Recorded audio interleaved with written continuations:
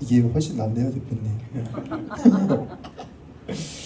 자, 이 책의 시작을 보면요, 이 혁명이라는 것의 재규정을 좀 하는 것 같거든요. 이 세상을 바꾸는 것이란 생각을 바꾸는 게 혁명이다. 이 문장이 이제 책 제목과도 연결되고 또 이걸로 시작을 하잖아요. 권리 혁명, 이 책 제목에 담긴 의미에 대해서 설명 좀 부탁드리겠습니다. 많은 분들이 사실 지금 삶이 나아지지 못하고 있다라고 느끼시잖아요. 예, 되게 힘드시고 그러실 텐데 사실은 정권을 바꾸든 뭐 정책을 바꾸든 뭐 삶은 특별히 실질적인 변화가 없는 것 같습니다. 저는 이 원인에 대해서 우리 사람들이 사회 문제에는 집착을 하지만 막상 그 사회 구조에 대해서 천천히 들여다보고 있지 못하다는 생각을 좀 하고 있는데요. 간단하게 말씀드리면 우리 지방 소멸이나 저출산 같은 게 요즘 큰 사회 문제잖아요. 근데 사실 뭐 이 현상은 특정 지역으로 이사를 가지 못하면 혹은 아이를 아이를 낳으면 내 삶이 더 힘들어질 것 같다라는, 그리고 실제로 힘들어지는 구조를 갖고 있기 때문이라고 생각을 합니다. 우리 사회 같은 경우는 불공정이 가끔 드러날 때마다 그것에 대한 그 정정을 해달라는 요구는 상당히 강하지만 막상 그 불공정 이면에 숨어 있는 사회 구조에 대해서는 주목하지, 그걸 바꾸자는 목소리들은 별로 없습니다. 그래서 저는 이 책에서 다양한 주제들을 다뤘는데요. 이런 이야기들을 통해서 사람들이 공감을 하다 보면 이 공감을 모아서 하나의 희망을 만들어서 그러다 보면 그것이 하나의 시대 정신이 되고 우리 사회를 바꿀 수 있는 혁명이 아닐까라고 생각을 했습니다.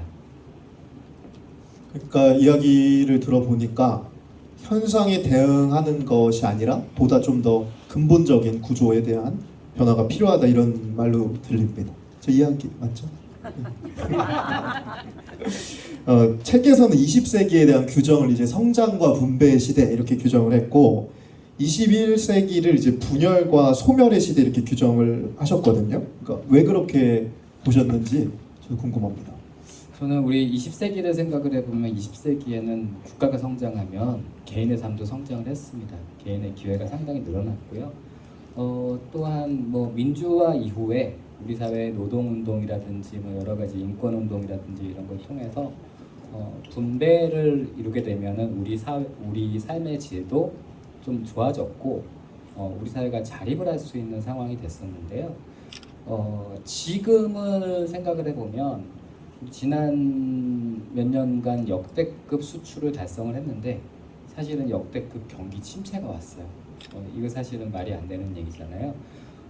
그리고 복지 역시도 역대급 재정 확장을 했죠. 부채도 증가하고 이렇게 해서 역대급으로 재정을 확장했지만 청년들의 자립은 훨씬 더 어려워졌습니다. 부동산 폭등이 됐기 때문이죠. 저는 이제 그런 의미에서 21세기는 성장과 분배가 더 이상 작동하지 않는다라고 생각을 합니다. 그래서 성장과 분배의 시대가 아니라 우리가 이제 사실은 성장의 본질이라는 것은 우리에게 기회가 오지 않으면 그건 성장이 아닙니다. 그리고 분배의 본질이라는 것은 우리가 자립할 수 있지 못하다면 그건 분배가 아니라고 생각합니다.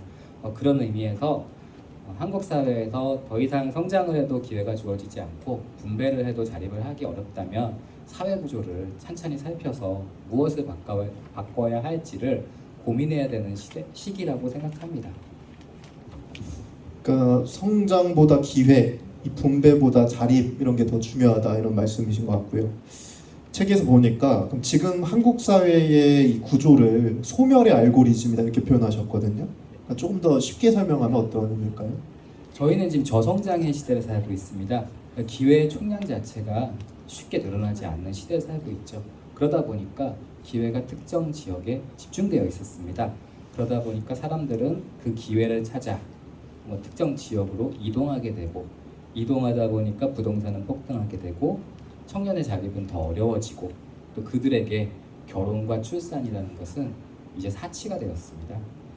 그 결과 비혼, 저출산, 지방 소멸로 이어지면서 사회 전체의 기회는 더 줄어들고 있습니다. 교육비와 주거비가 폭증하면서요. 내수는 완전히 무너지고 경기 침체와 정치적 불안정이 만성적인 일로 변해왔습니다.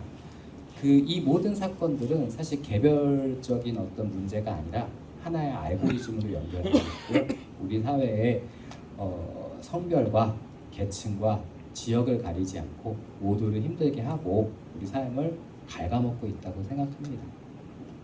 그러니까 우리가 이제 뭐 저출생 문제, 뭐 성장 문제, 분배 문제 이렇게 개별적인 문제가 아니라 하나의 이렇게 순환된 어떤 알고리즘 형태의 문제, 연결된 구조였다 이렇게 말씀해 주신 것 같습니다. 그래서 단순히 개별적 국소적인 해법이 아니라 전반적인 구조의 재설계가 그래서 좀 필요하다 이런 얘기신 것 같습니다.